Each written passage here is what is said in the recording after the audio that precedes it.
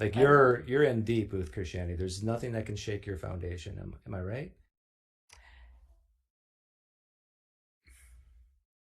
Like even if I showed you the bones of Jesus, you would say that's not really Jesus's bones. It would be difficult for me to accept. I really think when you say preponderance of the evidence, I can layer any piece of evidence you want. And well, we can try it. My great-great-great-great-grandfather could fly unaided. He could just fly.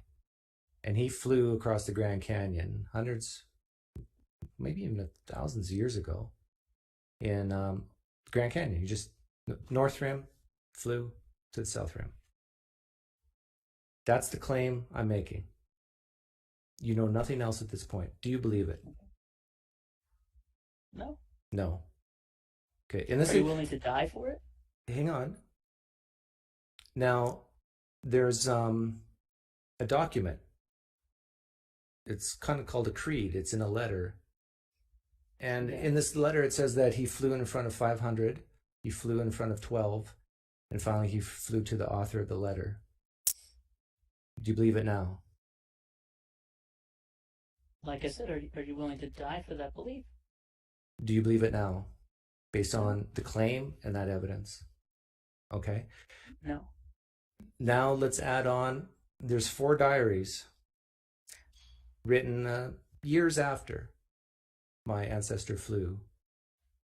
4 different diaries written by 4 of the people associated with the event that claim that my ancestor claimed to be God. He claimed to do miracles, or they say he did miracles, and that he flew.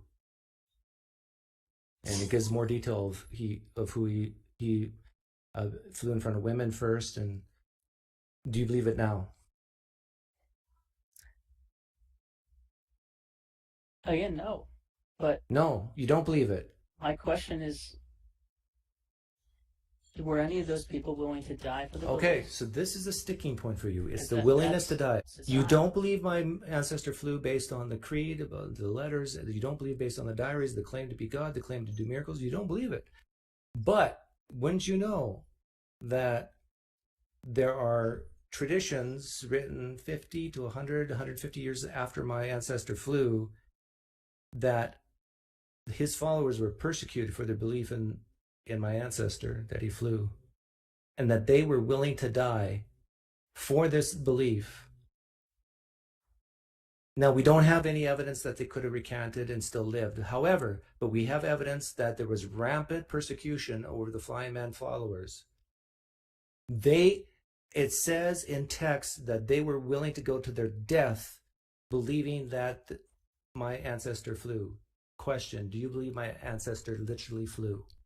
Now, did any of those people who didn't believe he could fly see him fly and then change their position? Yes, his own brother and the friend who wrote the creed, they persecuted the people who believed in the Flying Man, and they later converted. Do you literally believe that my ancestor hundreds of years ago flew unaided, given the preponderance of all this evidence? And is this also including... Do you believe based on all that evidence? Yes or no? Well, does it also include my personal testimony? I told you that's another lynch. Based on what we've talked about so far, do you believe my ancestor flew? Yes or no? No, because like I said, it didn't involve my personal testimony. No. Okay, now for the icing on the cake. Okay. My nephew, he had MS. He was about to die. And then our neighbor lady had this vision of the flying... Well, no, you have to be talking about me, right? He had this vision. I had MS and was about to die. No. My nephew had MS. He was about to die, and a neighbor lady had a vision of the Flying Man. The Flying Man told her in the dream that my nephew would be cured of MS. And you know what? He doesn't have MS. At least no symptoms. And he gave his life to the Flying Man after that, when he heard that.